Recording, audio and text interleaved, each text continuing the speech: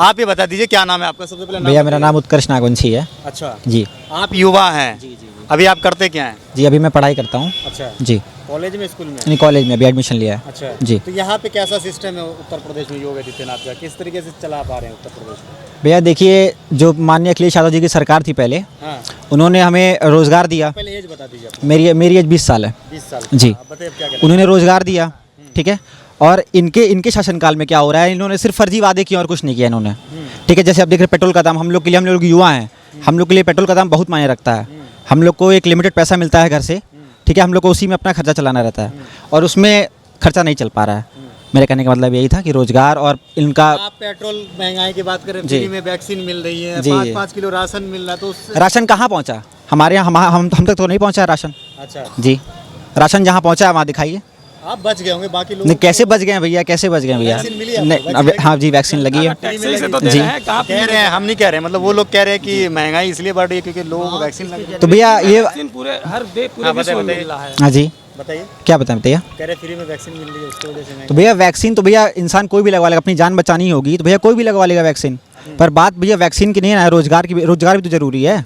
कब तक ऐसे चलते रहेंगे हम लोग? अच्छा, प्रधानमंत्री मोदी को तो आप जानते होंगे, जब युवा हैं बिल्कुल मोबाइल तो चलाए हुए, बिल्कुल एक्टिव रहते हैं प्रधानमंत्री जी मोदी। जी जी जी अभी क्या लखीमपुर में घटना हुई है, उसमें जी। उन्होंने कुछ मतलब बोला ही नहीं है। जी जी जी। कहाँ से बोलेंगे? उनकी पार्टी के तो विधायक जी कौन थे, मंत्री के, उन्हीं के लड़के, तो उन्हीं को मुकदमा हुआ है ना। हाँ। जी, तो कैसे बोलेंगे वो? अच्छा, आजम खान के ऊपर आप कुछ कहना चाहेंगे? जानते हैं आजम खान को? जी जानते हैं, बट कहना नहीं चाहते हैं कुछ खास विशेष। मैं उनको जानता नहीं हूँ। अच्छा जी। उत्तर प्रदेश में आखिरी सवाल, उत्तर प्रदेश के लिए योगी आदित्यनाथ कितना सही है, बस ये बता दीजिए। अगर आप युवा हैं, आप देखते होंगे उनका काम धाम। देखिए, जैसे बड़े भैया ने कहा था कि जब वो यहाँ पे, जब जो पहले थे यहाँ पे सांसद, जब यहाँ से चुने गए थे, तब जनता उनसे उम्मीद करती थी। अब जनता उम्मीद नहीं करती है उनसे। तो युवा तो क्या नाम है, भाजपा के साथ है, क्योंकि युवाओं के अंदर ज़्यादा जोश है। लोगों ने कहा राम मंदिर बनना चाहिए, 370 हटना चाहिए, तो भाजपा तो सारे चीज़ कर रही है, तो फिर क्या दिक्कत है? दिक्कत भैया, राम मंदिर बना के आप रोजगार तो दे नहीं देंगे किसी को। रोजगार तो आप दे नहीं पाएंगे ना। रोजगार तो दे नहीं पाएंगे तो फिर क्या मतलब है? वो तो उनका वादा था, उन्होंने पूरा किया। बस एक वादा दिखा और कुछ तो दिखा नहीं हमें। कह रहे हैं कि अगर मतलब योगी जी अगर चले जाएं, हम नहीं कह रहे, मतलब जो व्हाट्सएप पे कभी कभी मेरे पास भी आ जाता है कि अगर योगी जी, मोदी जी चले गए तो ये मूल्य जो है मतलब फिर से हावी हो जाएंगे। ऐसा कुछ नहीं है भैया, ये सब कहावत है। अच्छा जी, ऐसा कुछ नहीं है। आपको बताऊं मैं, जो भारतीय जनता पार्टी के आईटी सेल जो व्हाट्सअप यूनिवर्सिटी चलाता है, उस पे ये सब बात किया जाता है। अगर आप एक बगीचा बनाए और बगीचे में केवल एक फूल रखे तो बगीचा नहीं हो सकता है, उस बगीचे में सारे फूल चाहिए। और अभी हमारे एक साथी ने भारतीय संविधान की बात कर रहे थे। यह देश और ये प्रदेश किसी के जुमलों से नहीं चलेगा। किसी जो नागपुर में बैठे लोग जो इस देश को तोड़ना चाहते, जिन्होंने 40 साल तक देश का झंडा नहीं लहराया, जिनके गुरु, जिनके अनुयायी, जिनके वो लोग अनुयायी हैं, वो अंग्रेजों से पत्र लिख के माफ़ी मांगा करते थे, उनके विचारधाराओं से ये देश नहीं चलेगा। देश के लोगों से चलता है। गोरखपुर में योगी आदित्यनाथ का कैसा कार्यकाल रहा है जब से वो सत्ता में बैठे हैं? बताया जाता है कि गोरखपुर वाले ने बहुत प्यार दिया था। गोरखपुर ही नहीं, पूरे उत्तर प्रदेश में योगी आदित्यनाथ जी का कार्यकाल बिल्कुल फेलियर रहा है। और योगी आदित्यनाथ सरकार चला ही नहीं पा रहे हैं। उन्होंने सारा काम सरकार का अफसरों के ऊपर छोड़ दिया। अफसरशाही इस समय हावी है उत्तर प्रदेश में, जिसका कारण है कि आप कोरोना का समय देखिए, अफसरों ने वो तैयारी नहीं की, जिसके लोग पैदल चले, मरे, ऑक्सीजन के बिना मरे।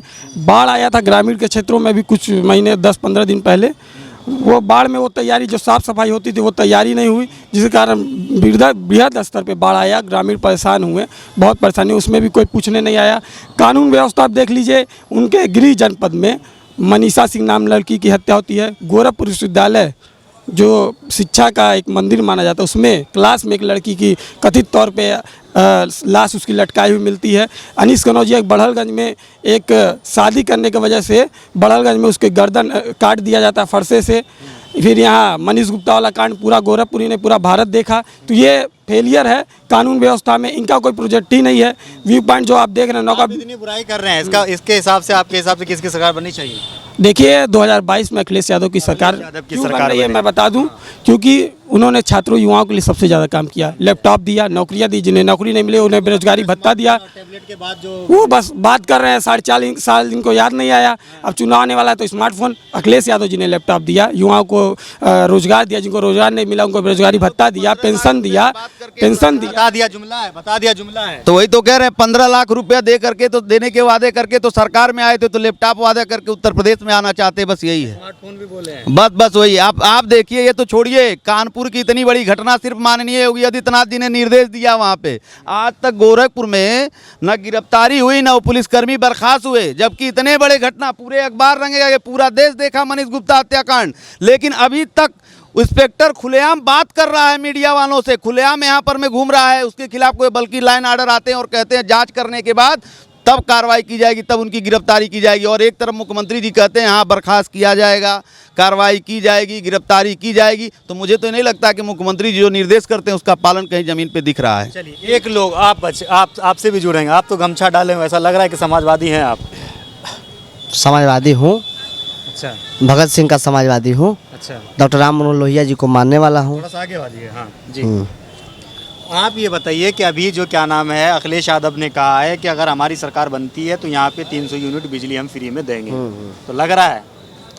देखिए मिलेगा? मुझे जहाँ तक लगता है कि पूर्व की सरकार भारतीय जनता पार्टी के पहले की सरकार समाजवादी पार्टी की सरकार रही है, और घोषणा पत्र में अखिलेश यादव जी ने जितने भी घोषणाएं की थी वो सारे ज़मीन पे उतरे हुए हैं। अगर अखिलेश यादव जी कहते हैं कि 300 यूनिट, पहले कैबिनेट की बैठक में आपने केवल एक ही विषय पूछा, मैं 3 मुद्दा और इसमें जोड़ दूं, क्योंकि लगातार मैं अध्ययन करता रहता हूं, क्योंकि युवा हूं, युवा बेरोजगार हूं, छात्र हूं। 4.5 लाख जो यहाँ पे दिया है सब फर्जी है, जुमलेबाजी है। आप एक बात को समझिए कि 300 यूनिट बिजली फ्री होने का मतलब आप समझते हैं, प्रत्येक मध्यम वर्गीय गरीब परिवार के 2200 रुपये प्रत्येक महीना बचना। आप 2200 रुपया से गुणा कर लीजिए 12 महीने का, फिर 5 साल का कर लीजिए, एक गरीब परिवार की बेटी की शादी हो जाएगी। अखिलेश यादव जी ये चाहते हैं। एक काम और उन्होंने कहा था, वादा किया है अखिलेश जी ने कि पहले मुख्यमंत्री बनते ही पहले कैबिनेट में 10 लाख युवाओं को, जो विभागों में रिक्त पदे बचे हुए हैं, 10 लाख युवाओं को हम तत्काल नौकरी देंगे। ये दूसरा, 500 रुपया जो समाजवादी पेंशन देने का काम अखिलेश यादव जी करते थे, समाजवादी पार्टी करती थी सरकार में, वो 500 रुपया पेंशन बढ़ा के वो 3000 रुपया समाजवादी पार्टी का भी जुमला हो। 500 रुपया पेंशन मिला, 30 लाख से महिलाओं से अधिक पेंशन मिला। आप जुमला कह रहे हैं, जुमला तो बोलिए 15 लाख क्यों नहीं मिला, 2 करोड़ रोजगार क्यों नहीं मिला? आप जुमला कहते हैं तो जुमला पूछिए आरएसएस के लोगों से और भारतीय जनता पार्टी के लोगों से, जो राम के नाम पे पैसा वसूली करके उस पैसे को खा गई ये लोग चंदा समझ के। ये पैसा क्यों नहीं गया? प्रधानमंत्री श्वेत पत्र जारी क्यों नहीं करते? एक एक्सप्रेसवे बनवा रहे हैं मुख्यमंत्री योगी आदित्यनाथ जी, पूर्वांचल एक्सप्रेसवे बनवा रहे हैं, सपा के शासनकाल में शुरू हुआ, आज सरकार जारी है चुनाव में, वो बन नहीं पाया। और अखिलेश यादव जी ने एक ऐसी सड़क, एक ऐसा हाईवे यमुना एक्सप्रेसवे बनवा के दे दिया जिसपे सुखोई विमान भारतीय जनता पार्टी के लोग उतार लिए। आप लोगों ने इतना पहले भरोसा जताया, एक बार और भरोसा भाजपा पे। देखिए जनता, मैंने कहा पूर्वांचल और उत्तर प्रदेश की जनता बहुत भावुक है। समझ में आया कि एक सन्यासी जो महंत है, जो देश की सेवा करना चाहता है, लेकिन जनता को क्या पता था कि भोगी हो गए सन्यासी। सन्यासी लोगों को सत्ता का, सुख का मोह नहीं होता है। अगर एक सन्यासी समाज को सुधारना चाह रहा है तो आप काहे परेशान हो रहे हैं? अच्छा, सुधारना चाह रहे हैं तो गाँव में बाढ़ आया, चौरी चौरा बाढ़ आया, कैंपेन में बाढ़ आया, तमाम ग्रामीण क्षेत्रों में बाढ़ आया, शहर के इलाकों में बाढ़ क्यों आया? सूरजकुंड मेन इलाका है, शाहपुर मेन इलाका है, कैसे एक्ट ऑफ गॉड है? यही बात हो गई, गंगा जी सबकी चौखट चूम रही है, और गंगा का सफाइया नहीं हुआ, करोड़ रुपया खा गई ये लोग, तो कैसे शहर में बाढ़ कैसे आ गया, कैसे पानी आ गया? नाला चौक है इनका, क्योंकि एमपीए थे 25 साल से, मेयर इनके थे, विधायक इनके थे, नगर निगम में सबसे ज़्यादा पार्षद भारतीय जनता पार्टी के। हम ठेवना भर पानी में डूब के, कई परिवारों के घर राशन नहीं था, कई लोग बड़े मुश्किल में रहे, और आज जब पानी कम हो रहा है तो महामारी फैल रही, बीमारी फैल रही है। ये किसका कारण है? भारतीय जनता पार्टी की देन है। आप इस बात को कहते हैं। आप बता दीजिए किसकी सरकार बन रही है आखिरी में?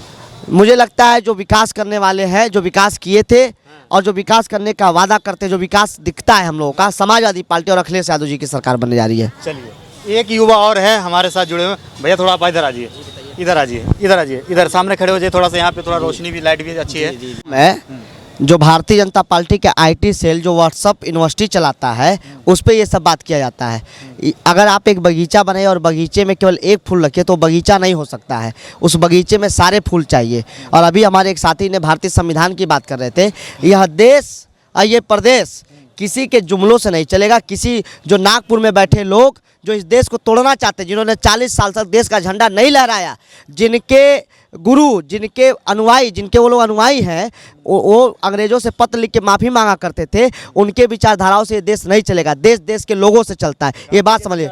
गांधी के बहुत बहुत शुक्रिया।